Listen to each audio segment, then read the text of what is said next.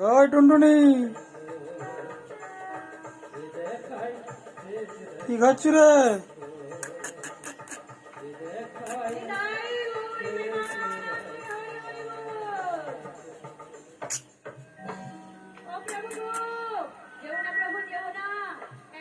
এইদিকে দেখ। আমি যেন তোমার রায়ধনীকে এনে বা আমার সঙ্গে বসিয়ে মিলন করাতে পারি।